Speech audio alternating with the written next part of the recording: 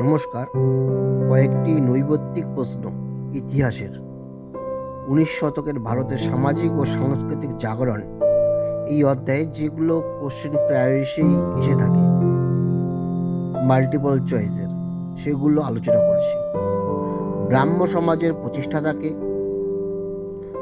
Option দেওয়া আছে রাজা রামমোহন রায়, দেবেন্দ্রনাথ ঠাকুর, কেশবচন্দ্র সেন, শিবনাথ শাস্ত্রী।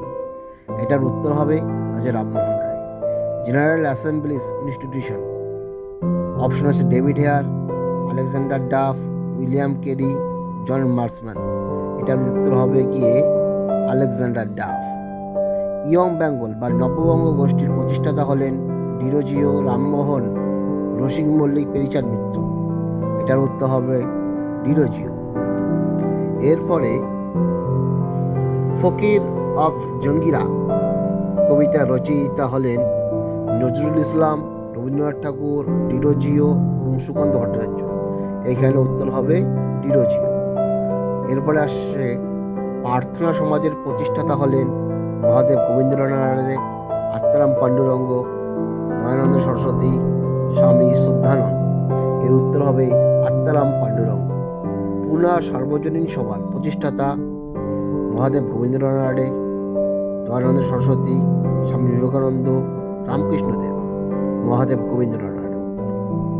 যত মত তত পথ, এই কথা বলেছিলেন স্বামী বিবেকানন্দ, শ্রীরামকৃষ্ণ, ঈশ্বরচন্দ্র বিদ্যাসাগর, রাজা রামমোহন রায়। এর উত্তর হবে শ্রী শ্রী রামকৃষ্ণ।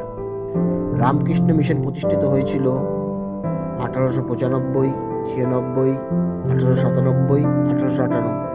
এর উত্তর হবে 1897।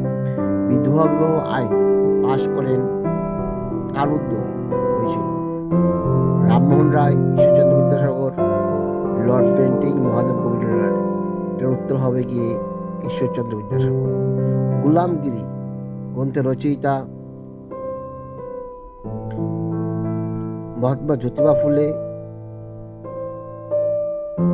শ্রী নারায়ণ গুরু, বিরসা লিঙ্গম, রামকৃষ্ণ। মহাত্মা জ্যোতিবা ফুলে। রাসমুদ্রি সমাজ সংস্কার প্রতিষ্ঠা করেছিলেন বিরসা লিঙ্গম। এর উত্তর হবে। এইভাবে পরবর্তী অধ্যায়ে তোমাদের সঙ্গে আবার দেখা হবে। ধন্যবাদ।